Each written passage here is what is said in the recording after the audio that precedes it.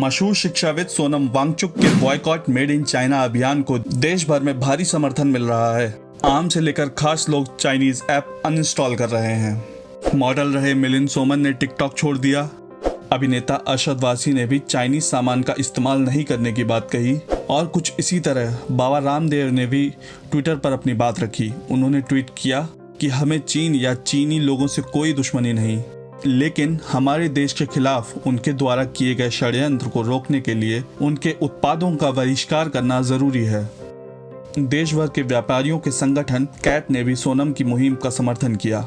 इस संगठन के महासचिव प्रवीण खंडेलवाल ने कहा कि कैट के 7 करोड़ व्यापारी इस अभियान के साथ हैं। भारत की अर्थव्यवस्था को मजबूत करने के लिए यह लोकल पर वोकल होने का समय है। आइए जानते हैं कि सोनम वांगचुक ने बॉयकॉट मेड इन चाइना की बात क्यों कही और इतने सारे लोग उनका समर्थन क्यों कर रहे हैं।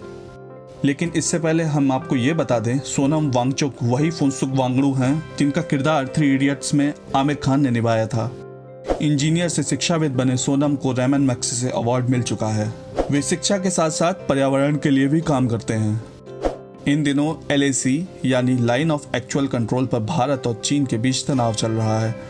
लद्दाख में चीन और भारत दोनों तरफ से सैनिकों, हथियारों और टैंकों की संख्या बढ़ाई जा रही है। विस्तारवादी ड्रैगन की नजरें भारतीय जमीन पर हैं। ऐसे समय में सोनम ने चीनी सामान के बहिष्कार की अपील की। वे कहते हैं कि चीन के सामने बुलेट पावर से ज्यादा वॉलेट पावर काम आएगी। अगर लोग चीन का सामान नहीं खरीदेंगे तो उनकी अर्थव्यवस्था को चोट पहुंचेगी। इस समय चीन चौतरफा परेशानियों से घिरा है। कोरोना से उनके देश में बेरोजगारी बढ़ी है, लोग निराश हो रहे हैं। वियतनाम और हांगकांग से भी उनके सामने मुश्किलें खड़ी हो रही हैं। ऐसे में चीन अपनी जनता का ध्यान भटकाने के लिए भारत से उलझ रहा है। 1962 में भी चीन ने यही काम किया था, इसलिए उसे सबक सिखाना जरूरी है।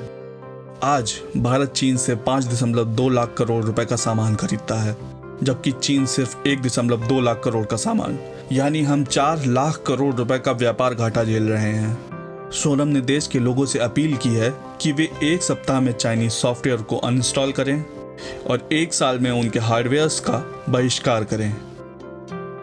वह मानते हैं कि कस्टमर ही किंग है।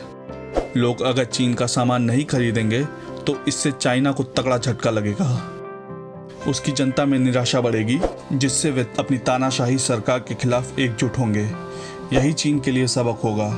वह कहते हैं कि ऐसा पहली बार नहीं है जब हम प्रतिबंध लगाने की बात कर रहे हैं। अंग्रेजों के खिलाफ हमारे स्वतंत्रता सेनानियों ने स्वदेशी आंदोलन किया था।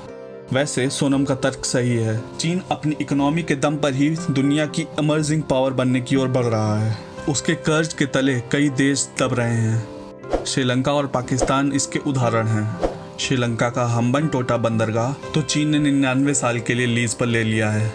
चीन के संबंध अमेरिका से ठीक नहीं है। अमेरिकी राष्ट्रपति डोनाल्ड ट्रंप तो कोरोना वायरस के लिए चीन को ही जिम्मेदार मानते हैं। वैसे पूरी दुनिया में यह लहर है कि इस जानलेवा वायरस के लिए कहीं ना कहीं चीन ही जिम्मेदार है।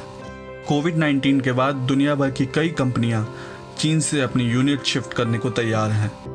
भारत भी आत्मनिर्भर होने की ओर बढ़ रहा है। इसका मतलब यही है कि चीनी सामान का विकल्प अपने देश में ही तैयार हो और देश का पैसा देश में ही रहेगा। इसलिए वॉलेट पावर का इस्तेमाल करते हुए चीन को तगड़ा झटका देने का समय आ चुका है।